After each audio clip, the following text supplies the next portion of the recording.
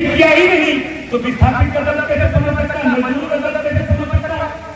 इसलिए मैं एनपीएल प्रबंधन को बोल के जा रहा हूं और मैं सभी विस्थापित भाइयों से और सभी हमारे एनपीएल के साथियों से मेरा आग्रह होगा कि आप लोग एक हुए।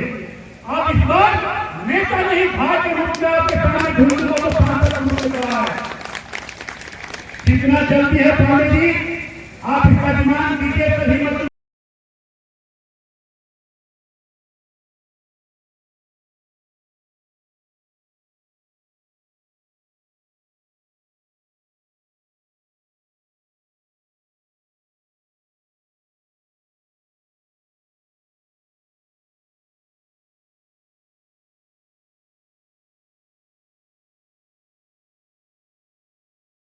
कानून है। एनपीए तो बात को करना होगा। मैं बोलते जा रहा हूं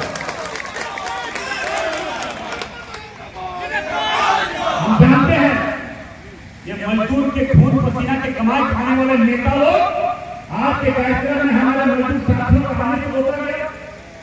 हम बैठा देंगे एनपीए से बैठवा देंगे, तुम्हारा हानि करवा देंगे, ये करवा देंगे, उसी का बाप खत्म है। हम लोग क्या फांसी के साथ कर रहे हैं क्या? इसलिए मैं आपको यह प्रोग्राम काफी चेहरा शरीर सरकार को समझाने के लिए आपको बता देना चाहेंगे। ये राज्यसभा चुनाव में माले के मासक के विचारधारा से हटकर ये दूसरे को वोट देकर पैसा देकर वोट किया, क्या विचारधारा का बात करेंगे? विचारधारा का बात वो कर सकता है तो नीति और सिद्धांत रसूल पर चलता है। मगर इनके पास नीति है, सिद्धांत है, ये पैसा पर कुछ भी काम कर सकता है।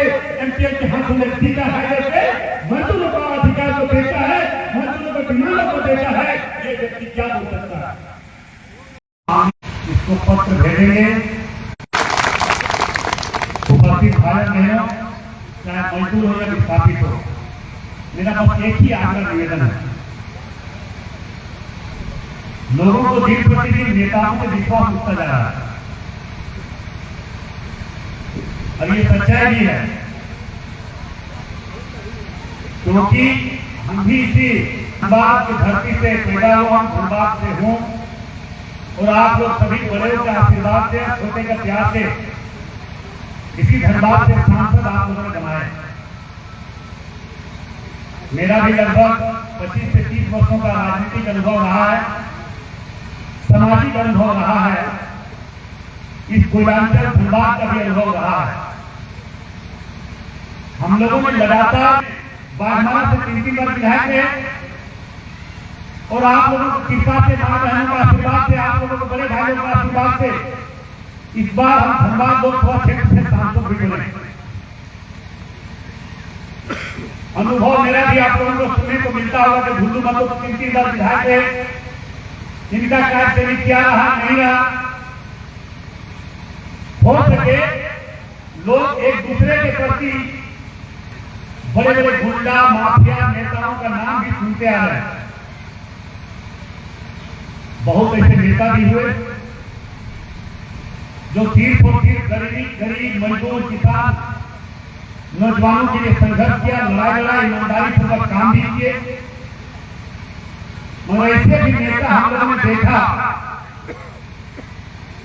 कि चुनाव के तरह तरह के हथकंडा अपना कर चुनाव तो जीत जाते हैं, मगर चुनाव जीतने के बाद उसका संपत्ति कैसे बढ़े इस पर भी चिंता वैसे नेता करते हैं। वैसे भी नेता को हम लोगों ने देखा, वैसे माफिया को भी देखी हम लोगों ने।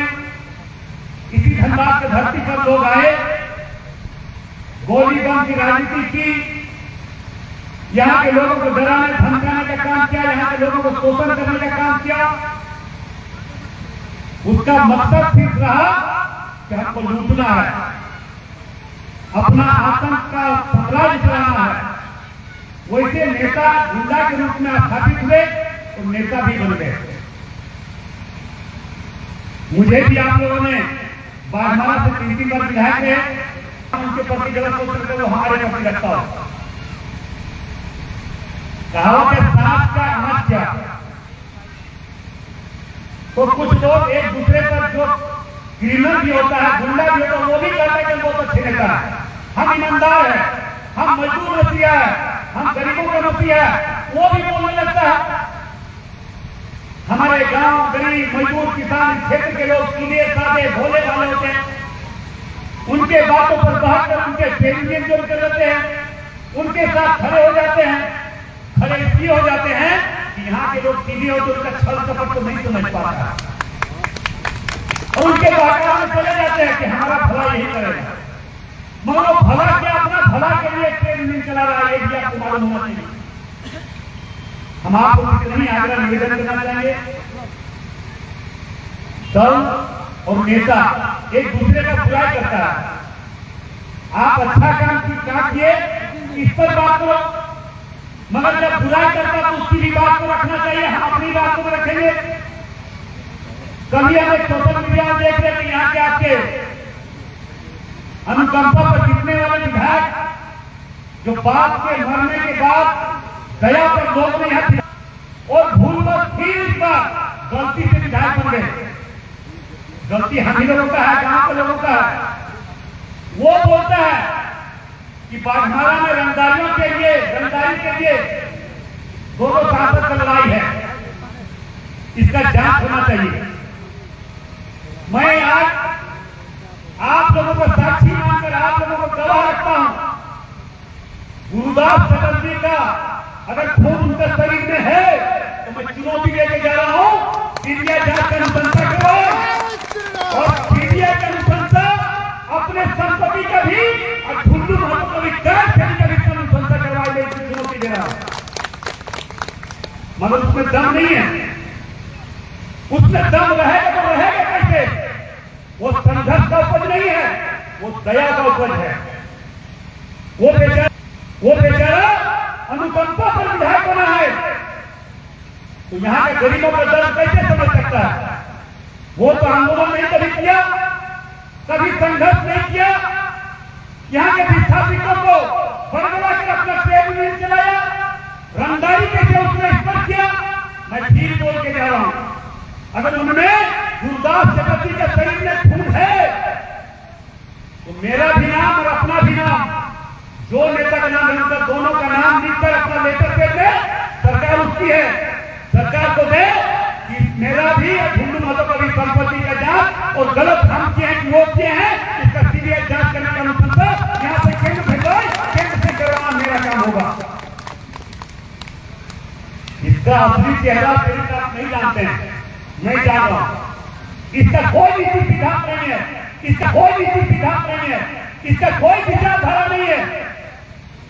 इतने दिनों लंबे समय से गुरुदास चटर्जी जी अपने राजनीतिक कैरियर बना के गए, जब अपना स्थिति को देखा कि हमारा स्थिति डगमग है, उनके विचारधारा को छोड़कर अभी माले में चले गए ना।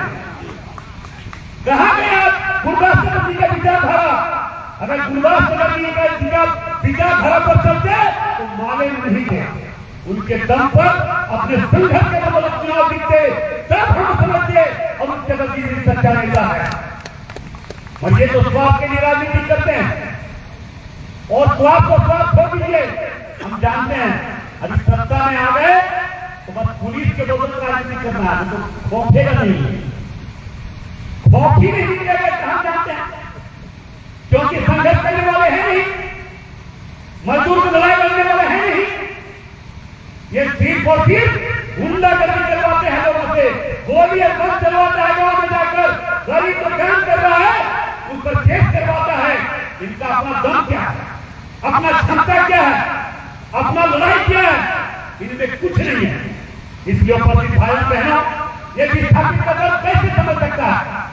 विस्थापित का दर्द तभी समझता जब इसका बाप दादा का जमीन 2-4 एकड़ चला जाता, तब पता चलता कि ये जमीन किस तरह से हमारे पूर्वज ने कहा है चला दिया, तब उसका दर्द समझता। जब इसका बाप दादा के एक किसी जमीन ही नहीं गया है तो यहाँ क्या समझेगा आपका दर्द, आपका भावना क्या समझ सकता है? इसलिए उपस्थित भाई बहनों, ये कभी मजदूर रहा नहीं और ये अनुकंपा पर विधायक बन गए, ये बाहर में पढ़ने के बाद भी क्या हुई, बस ये मजदूर बन गए, ये नेता बन गए। तो जब मजदूर के बीच में रहा ही नहीं, खेती किया ही नहीं, तो विस्थापित का दर्द कैसे समझ सकता है, मजदूरों का दर्द कैसे समझ सकता है। इसलिए मैं एनपीएस प्रबंधन को बोल के जा रहा हूं और मैं सभी विस्थापित भाइयों से और सभी हमारे एनपीएस के साथियों से मेरा आग्रह होगा कि आप लोग एक होइए। आप इस बार नेता नहीं भाई के रूप में आपके सामने झुंड में सांसद रूप से खड़ा है। जितना जल्दी है पांडे जी आप इसका डिमांड कीजिए, सभी मजदूर इसका डिमांड कीजिए, सभी मजदूर का डरिए मत। कहावत है तो फिर नहीं कहावत है, जो डर गया वो मर गया। डरिए मत, संघर्ष कीजिए। ढुल्लू मत आपके साथ में है और ढुल्लू मत जो बोलता है वही करता है। सिर्फ आप बदलिए मत। यहाँ तो नेता को बदलते हुए देखे, हमने यहाँ पे नेता के रूप में भाई के रूप में आपके बीच में आए हैं और क्या करवाना है, क्या करना है, जो जेन्युइन है, जो जात है, नियम संगत है, जो कानून में है, एनपीएस तो क्या एनपीएस तो बात तो करना है, बोल के जा रहा हूं।